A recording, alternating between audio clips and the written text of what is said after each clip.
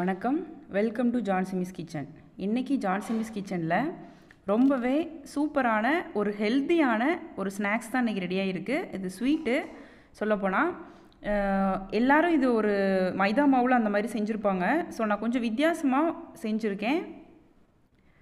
So நீங்களும் அந்த மாதிரி உங்களுடைய குழந்தைகளுக்கு செஞ்சு கொடுங்க. ரொம்பவே ஈஸி. உடனே நீங்கள் செய்யலாம். அவங்க வீட்டுக்கு கெஸ்ட் வந்தாங்கன்னா கூட குழந்தைங்க ஸ்கூல்லேருந்து வந்து அவங்க ரெஃப்ரெஷ் ஆகிறதுக்குள்ளே நீங்கள் செஞ்சு முடிச்சிடலாம். அதிகபட்சமாக உங்களுக்கு 10 நிமிஷம் தான் உங்களுக்கு டைம் எடுக்கும். ரொம்ப ரொம்ப ஈஸி, இன்ஸ்டண்ட்டாக செய்யக்கூடியது இது. ஸோ வாங்க இது எப்படி செய்யலாம், அதுக்கு என்னென்ன பொருட்கள் தேவை அப்படின்னு சொல்லிட்டு இப்போ நம்ம பார்த்துடலாம். கோதுமை மாவு 3/4 கப் நம்ம எடுத்துக்கலாம். தயிர் 1 டீஸ்பூன்,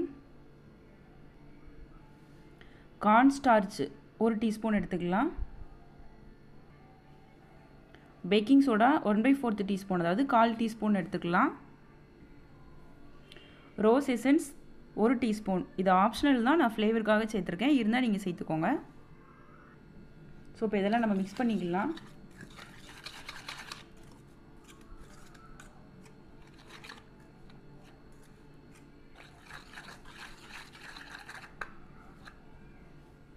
தேவையான அளவு நம்ம தண்ணி சேர்த்துக்கிடுவோம். லம்ஸ் இல்லாமல் அந்த பேட்டர் நம்ம ரெடி பண்ணிக்கலாம். ஸோ இப்போ நமக்கு பேட்டர் ரெடி ஆயிடுச்சு. இந்த கன்சிஸ்டன்சியில் நமக்கு இருக்கணும். ஸோ இப்போ தனியாக வச்சிடலாம். கருப்பட்டி நான் 1/2 கப் எடுத்திருக்கேன். அதுக்கு தேவையான அளவு தண்ணீர் எடுத்துக்கலாம். தண்ணீர் 1/4 கப் எடுத்திருக்கேன். ஸோ இப்போ இதெல்லாம் வச்சு நம்ம இப்போ சீக்கிரமே செஞ்சிடலாம். டக்குன்னு செய்கிற ஒரு பலகாரம் இது. இப்போ நம்ம கருப்பட்டியை காய்ச்சி நம்ம எடுத்துக்கலாம். ஸோ இப்போ இது நமக்கு வந்து மெல்ட் ஆயிடுச்சு. இது நம்ம அரிச்சு எடுத்துக்கலாம். ஏன்னா இதில் கண்டிப்பாக தூசு கல் கண்டிப்பாக கருப்பட்டியில் இருக்கும். ஸோ அதனால் நம்ம அதை அரிச்சு எடுத்துக்குவோம். ஸோ இதை மறுபடியும் நம்ம பாத்திரத்தில் போட்டு ஒரு கம்பி பதம் வரைக்கும் நம்ம இதை காய்ச்சிக்கலாம். நமக்கு இந்த சைடு பாகு ரெடி ஆகட்டும். இந்த பக்கம் நம்ம பொரிக்கிறதுக்கு எண்ணெயை சூடு பண்ணிடலாம். ஸோ இந்த பாகுக்குள்ளே 1/2 டீஸ்பூன் வந்து நம்ம ஏலக்காய் பொடி சேர்த்துக்கலாம். ஸோ இப்போ இந்த மாதிரி ஒரு கவர் நம்ம எடுத்துக்கலாம். இந்த கவர் உள்ள உங்ககிட்ட சாஸ் வாங்கின பாக்ஸ் இருந்துச்சு, அந்த பாட்டில் இருந்ததுன்னா கூட நீங்கள் அதை யூஸ் பண்ணுங்கள். ஏன்னா பிளாஸ்டிக் பாட்டிலில் இருக்கும், அது கூட நீங்கள் யூஸ் பண்ணிக்கலாம். நான் இந்த மாதிரி கவர் எடுத்திருக்கேன்.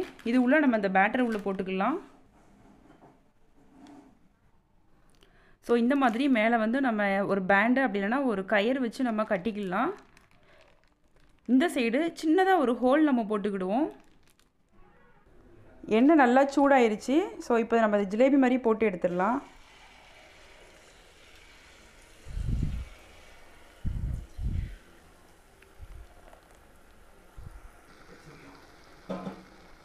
ஸோ நல்லா இது நமக்கு பொரிஞ்சிருச்சு. ஸோ இப்போ இதை நல்லா நமக்கு பொரிஞ்சிட்டு இதை எடுத்துகிட்டு இதே மாதிரி இன்னொன்று போட்டுருவோம்.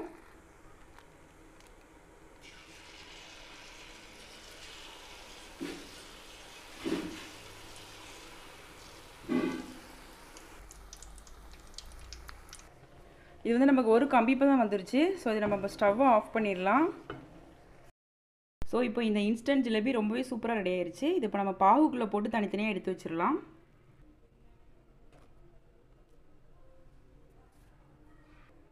இதை போட்டு நம்ம ரொம்ப நேரம் அதில் மூழ்கி கிடைக்கணுங்கிறதுல போட்டு நம்ம உடனே எடுத்துடலாம்.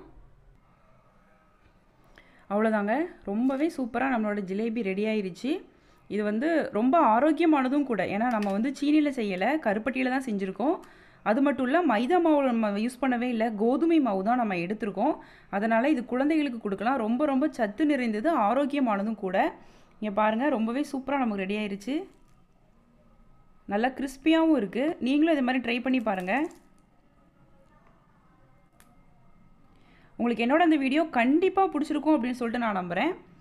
பிடிச்சிருந்தது அப்படின்னா மறக்காமல் லைக் பண்ணுங்கள். உங்கள் ஃப்ரெண்ட்ஸ் எல்லாத்துக்கும் நீங்கள் கண்டிப்பாக ஷேர் பண்ணுங்கள். புதுசாக பார்க்குறவங்களா இருந்தால் சப்ஸ்கிரைப் பண்ணிக்கோங்க.